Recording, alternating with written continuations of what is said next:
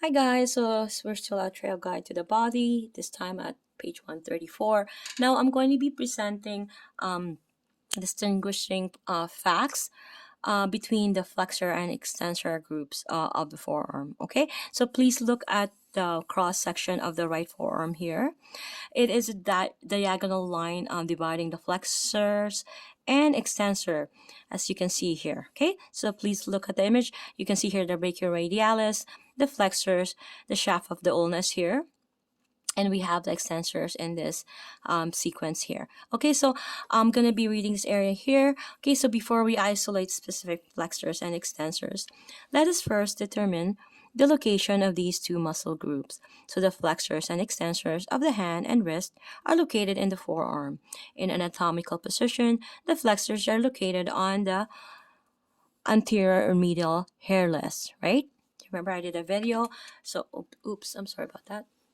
So anything hairless, and this is more with hair, right? That will indicate, just in case you get confused, it's very challenging for you guys to identify between flexor and extensor of the forearm. Okay, so if it's the hairless side of the forearm, that means that's the anterior side, while the extensors are positioned on the posterior lateral hairy side.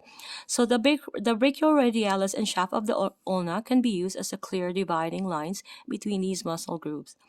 Both of these structures run superficially down the opposite sides of the forearm, separating the flexors and extensors.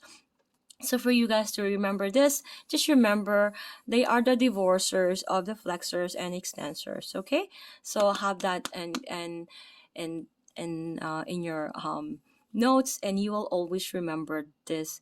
Brachioradialis is the divorcer of biceps and and extensors, and all the flexors and extensors of the forearm. Okay. Okay, now we're gonna be going ahead with in this image here, anterior and medial view of the right forearm, highlighting flexors. You can see that the therapist here is holding the partner's arm, trying to palpate and locate the brachioradialis. So you're gonna shake hands with your partner and flex the elbow to 90 degrees. As you can see in the image, locate the brachioradialis and shaft of the ulna. So we palpate the length of the structures, observing how they divide the forearm into two halves. So you're going to move medially from the shaft of the ulna into the flexors of the forearm. We're going to explore this half of the forearm, noting the girth of these muscles. So ask your partner to slightly flex your wrist against your resistance. Note the contraction of the flexors. Move to the lateral side of the shaft of the ulna and explore the extensors bellies. With my apologies and thanks for understanding. It's with an S. Notice how they are similar and more sinewy than the flexor bellies.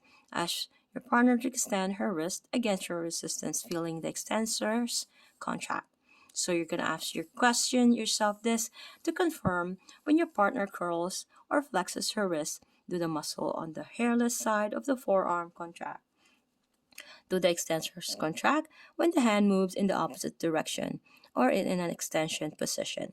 Okay, so we have here the lateral view of the right forearm, highlighting the extensors, right? Which is the this one is the brachioradialis, and this is the extensors. See you guys in the next video.